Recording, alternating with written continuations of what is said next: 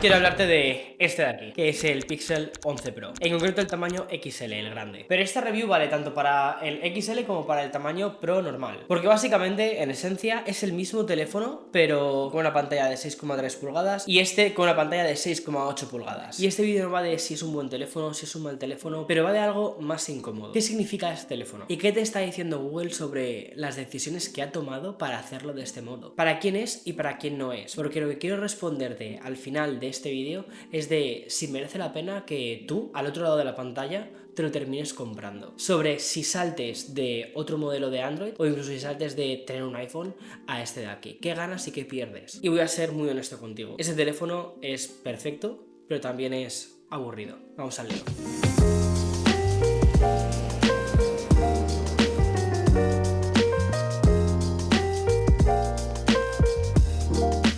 Voy a empezar por la palabra que muchísima gente está utilizando mal con ese teléfono, y es que no es lo mismo Premium que Flagship. El Pixel 11 Pro es Premium, pero no es Flagship. Google no fabrica el mejor Android, no tiene la mejor cámara de todo lo que he probado este año. De hecho, ese honor a la Android con mejor cámara, por no decir teléfono con mejor cámara, se lo dejo a este de aquí, al Oppo. No tiene tampoco el mejor procesador, porque han tomado una serie de decisiones sobre el Tensor G6, que es el procesador que lleva aquí, que son bastante cuestionables. Ahora mismo el teléfono Samsung, el S26, que salió a principios de año, o incluso el iPhone 17 Pro, que salió el año pasado, tienen un mejor procesador que este. Y en la tabla de especificaciones, el Pixel pierde. Así que cuando digo que es aburrido, no es en absoluto un insulto, es algo diferente, porque Google ha dejado de ser noticia por el hardware y lo que nos ofrece es una experiencia mucho más madura y mucho más premium. Y ahí es donde empieza lo interesante de ese teléfono.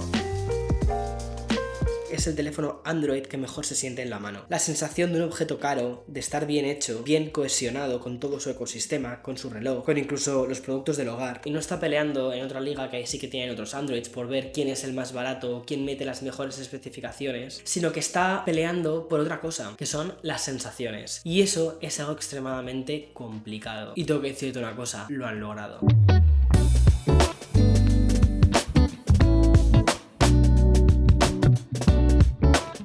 En el diseño es un Pixel. Cuando lo agarras, sientes exactamente lo mismo que con el Pixel 9 y con el Pixel 10. Y este es el Pixel 11, es decir, llevamos 3 años sintiendo más o menos lo mismo. Unos bordes de aluminio pulido muy bien hechos, un módulo de cámaras que a mí personalmente me parece muy bonito. La elección de los colores de este año me parecen un acierto total, en concreto este verde oliva me ha vuelto completamente loco. El peso del teléfono hace que se sienta premium. La calidad de la pantalla es espectacular, una de las mejores que puedes ver ahora mismo en un teléfono de gama alta. Y es que el Pixel 11 es un producto muy maduro y se nota lo muy bien resuelto que está todo. Pero vamos a ser justos. Cuando tienes un Pixel o cuando tienes también un iPhone, porque es muy difícil no comparar su estrategia ahora mismo con la que tiene Apple, no esperan cambiar el diseño cada año en absoluto, sino que lo que van haciendo son iteraciones. Una que sea continuista, completamente predecible, pero también excelente. Cuando estás empezando necesitas cambiar constantemente de diseño, necesitas estar reinventándote constantemente, pero cuando encuentras tu voz ya estás bien ahí. Te conviertes en algo aburrido, pero también en algo predecible, y eso es bueno para el mercado, para tus clientes, porque saben lo que van a obtener. Esa es una estrategia muy de Apple en los últimos años, y Google ha tomado prestado ese manual de marketing. Este Pixel te diría que destaca por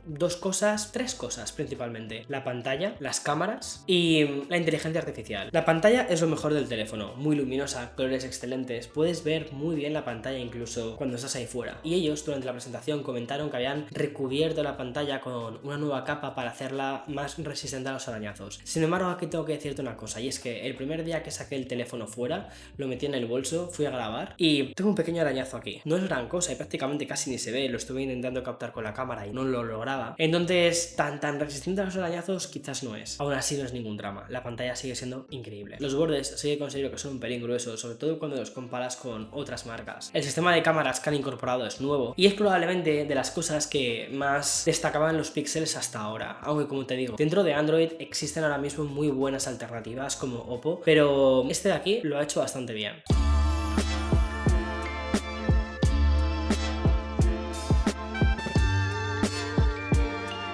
He usado la cámara estos días tanto para hacer fotos de exterior, en condiciones de nubes, que son las mejores, también en condiciones de muchísimo sol y también por la noche. Y tengo unas cuantas cosas que decirte sobre el teléfono. Google ha lanzado nuevos modos de cámara. El modo normal, que es el modo pixel, puedes calibrarlo un poquito o ajustarlo un poquitín la temperatura para que tengas ese tono más ámbar y menos frío típico de pixel. Los contrastes, por lo general, de la cámara del pixel son muy buenos. La definición y la nitidez son de siempre esa firma pixel que reconoces al instante. La mayoría de tus fotos van a salir bien en cualquier circunstancia, tanto por el día como por la noche, como en circunstancias de sol muy fuerte. Es un teléfono con un sistema de cámaras que tiene muchas bondades ahí y un HDR bastante bien trabajado. Ahora, hay algo nuevo que me ha gustado mucho y que quiero comentarte, que son los estilos. Los estilos son modos fotográficos donde puedes jugar un poco más con el tono y con el procesado. Te dejan decidir el carácter de la foto y no solo utilizar el que Google ha predefinido. Y honestamente me parece un acierto, me parece más avanzado que lo que te deja hacer Apple con los estilos fotográficos. No es un filtro de Instagram, sino es más parecido a un LUT, porque te deja cambiar el contraste, la luminosidad, o incluso si quieres añadirle grano a la fotografía para hacerlo más tipo analógica. Y hay un nuevo modo que me ha gustado mucho, que lo que te hace es reducir el efecto HDR y hacerlo como más de fotografía de primeros teléfonos que tuvimos, y eso está muy guay. Debajo de todo esto, ¿vale? No te confundas, hay muchísima inteligencia artificial, hay mucho procesado, hay corrección de imagen, pero aquí funciona a tu favor. En baja luminosidad me ha gustado también bastante. Probé el otro día en la fiesta de lanzamiento de los píxeles, que era en una discoteca. Probé tanto el objetivo principal y capta muy bien la luz, como también el teleobjetivo en el 5X, y las fotos salieron muy bien. Luego le puedes aplicar filtros de blanco y negro y hacer que sean fotos realmente utilizables para incluso publicar ahí fuera. Tanto el modelo normal como el modelo Pro tiene 3 lentes, pero me voy a centrar en el Pro. El Pro tiene la nueva lente principal de 50 megapíxeles y te permite hacer recorte tanto en 1 como en 2X. Tienes también el super gran angular, el 0,5X, también de 48 megapíxeles, y por último el teleobjetivo, que también es de alta resolución. Y este es óptico de 5X, te permite hacer un recorte de muy buena calidad,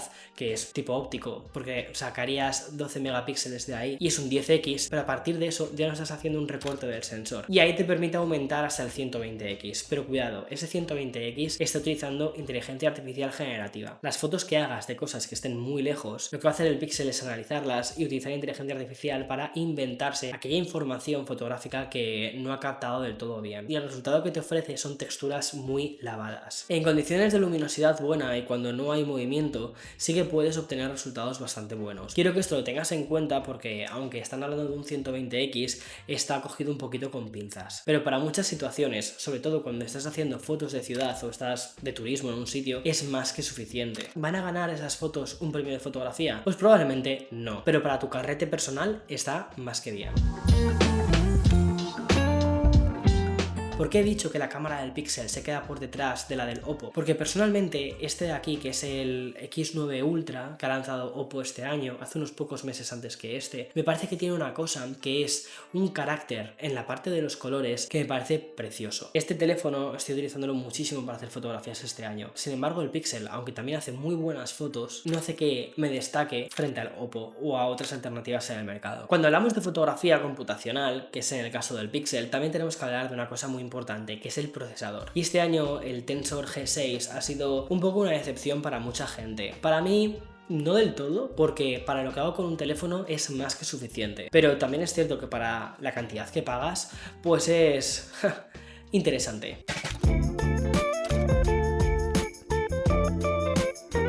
El año pasado, Google con el Tensor G5 fue el primer procesador que estaba 100% diseñado por Google. Y este año lo que han hecho ha sido repetir la jugada, pero optimizando mucho más su proceso. Lo que han conseguido ha sido un procesador muy optimizado para inteligencia artificial dentro del propio dispositivo y que esté optimizado también para otras cosas. Por ejemplo, el modelo base del Pixel Pro, en lugar de venir como el año pasado con 16 GB de RAM, viene con 12 GB de RAM, que luego también existe la versión de 16 GB, que es la que yo he probado. También, gracias a este procesador, han optimizado la batería. Hemos ganado, según ellos, unas 6 horas más. La realidad de estos días es que, por ejemplo, durante el fin de semana he podido utilizarlo perfectamente. Quité la carga del teléfono del Pixel el sábado por la mañana y el domingo por la tarde seguía teniendo batería. Además se carga por el Pixel Snap, ¿vale? Que utiliza los mismos accesorios que el iPhone. Pero disculpa, volviendo al procesador. Cuando Google habla de que han mejorado el procesador en un 50%, no es en la CPU, sino que es en la TPU, que es el cómputo de inteligencia artificial. Y es que esto lo que hace es resumir a hacia dónde va el teléfono, que es IA. ¿Se nota esto en el día a día porque estoy escuchando como demasiado drama alrededor de ese teléfono? No, ese teléfono funciona muy bien, funciona muy fluido, vas a poder utilizar todas tus aplicaciones de forma normal. Y respecto al tema de jugar, no lo he probado jugando porque no es mi realidad. Yo no juego con los teléfonos, utilizo los teléfonos como herramientas de productividad, no como herramientas de juego. Y ese teléfono me ofrece algo que me encanta, y es un buen procesamiento de la cámara, de las imágenes, y segundo, un buen rendimiento en el día a día. Entonces, para mí el procesador está bien. Sin embargo, hay que tener en cuenta el tema de la RAM, ¿vale? Pero también hay que tener en cuenta el contexto en el que estamos, y es que los precios de la RAM están más caros que nunca debido a que hay escasez de estos componentes. Entonces, que hayan bajado la RAM a 12 GB, pero que hayan optimizado la CPU para que al final todo termine funcionando bien, bueno, lo puedo cuestionar más o menos, pero al final el resultado para ti como usuario es que el producto funciona bien. Ahora, te va a costar $100 más que el año pasado, pero sé que esto es la realidad del mercado y sé que esto va a suceder con todos los teléfonos que salgan de aquí en adelante. Van a subir el precio.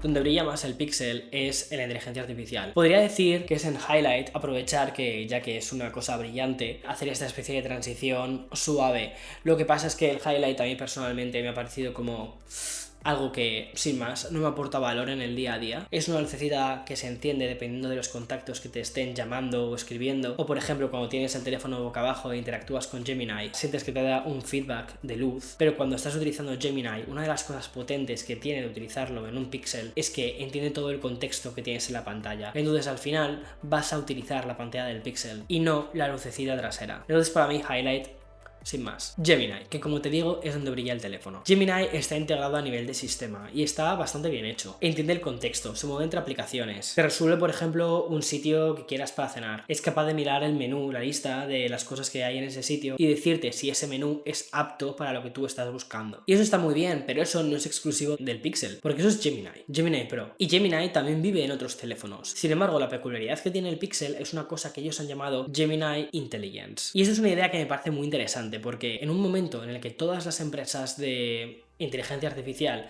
están buscando cómo llevar sus chatbots, ChatGPT, Claude, Gemini, al exterior, crear un hardware para esto, al final Google ha entendido como su formato. Y es que el formato de Gemini, el formato más puro, es este rectángulo que te da información. El teléfono móvil, vamos. Pero aquí vive tu asistente de forma muy inteligente, porque es capaz de entender todo lo que tienes almacenado en tu teléfono, tus fotografías, tus contactos, las aplicaciones, y hacer cosas con todo eso. Después de una semana utilizando ese teléfono con Gemini Intelligence, no queda muy clara dónde está la barrera de Gemini Intelligence y dónde está Gemini Pro. Gemini Pro es lo que pueden hacer todos los teléfonos, Gemini Intelligence es lo que puede hacer Gemini con la información que está dentro de tu teléfono. Y aquí viene una de mis críticas hacia Google y hacia este producto en sí, y es que para que puedas aprovechar todas las funcionalidades de Gemini necesitas la versión Pro. Hasta ahora, con el Pixel 9 y con el Pixel 10, Google te regalaba un año completo de Gemini Pro. Entonces era una fantasía porque no te tenías que preocupar de pagar extra ni de pedirle a tu teléfono ciertas cosas. Gemini siempre iba a estar ahí a tope. Pero ahora Google, con la compra del Pixel 11 Pro, solo te regala 6 meses. Y a partir de ahí tienes que pagar $20 al mes para obtener la versión de Gemini más grande, la Pro. Vas a seguir teniendo acceso a Gemini, al Gemini gratuito que tiene acceso el resto de la gente, pero no es la mejor versión de Gemini, la que esperas estar utilizando con tu Pixel. Entonces estás pagando un precio premium por su hardware y también vas a pagar un precio premium por su software.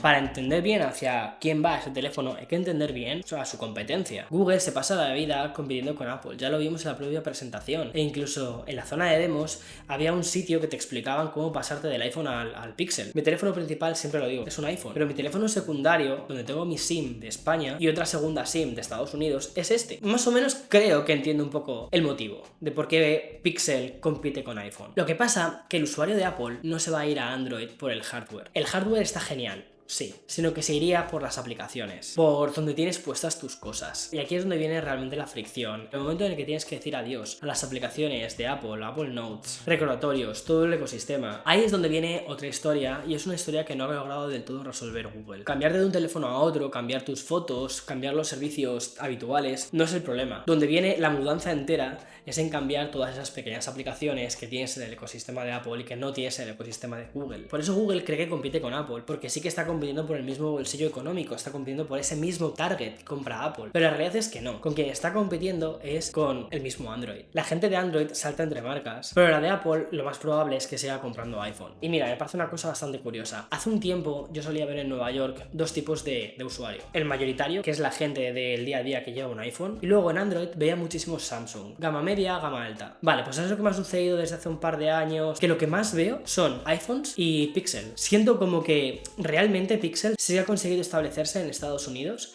pero quitándole cuota de mercado a otras marcas como Samsung, porque Samsung y otras marcas te ofrecen un hardware súper bien hecho, pero luego la optimización, la sensación de que todo funciona bien y de que tienes un equipo que se siente bien en la mano, eso te lo da Google. Y es que el Pixel es la experiencia más iPhone que puedes encontrar en Android, tanto para lo bueno como para lo malo. Para lo bueno, todo lo que te he contado: fiabilidad, consistencia, sensaciones. Pero para lo malo, son dos sistemas ya muy maduros y son dos sistemas que llevan haciendo lo mismo desde hace bastante tiempo. Y aunque pueden parecer aburridos, a mí personalmente me gustan, porque me dan una cosa, que es confianza.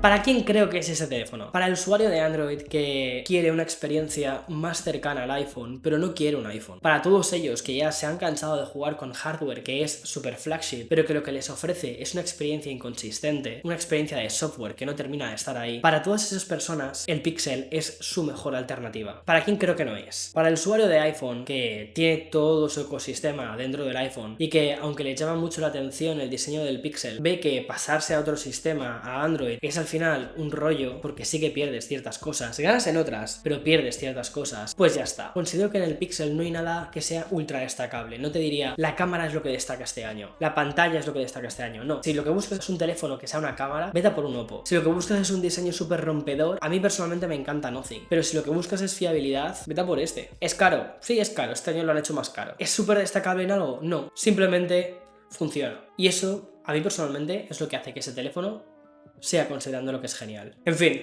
espero que te haya gustado, espero haberte ayudado un poco a resolver ciertas dudas y a apagar un poco el ruido que hay alrededor de este teléfono. Es un muy buen teléfono, lo vas a disfrutar muchísimo y es de los mejores productos que puedes tener dentro de Android. Además, Google está creando un ecosistema espectacular de otros dispositivos. Lo está haciendo muy bien Google. Es un muy buen teléfono, es una experiencia muy premium. En fin, nos vemos. Chao.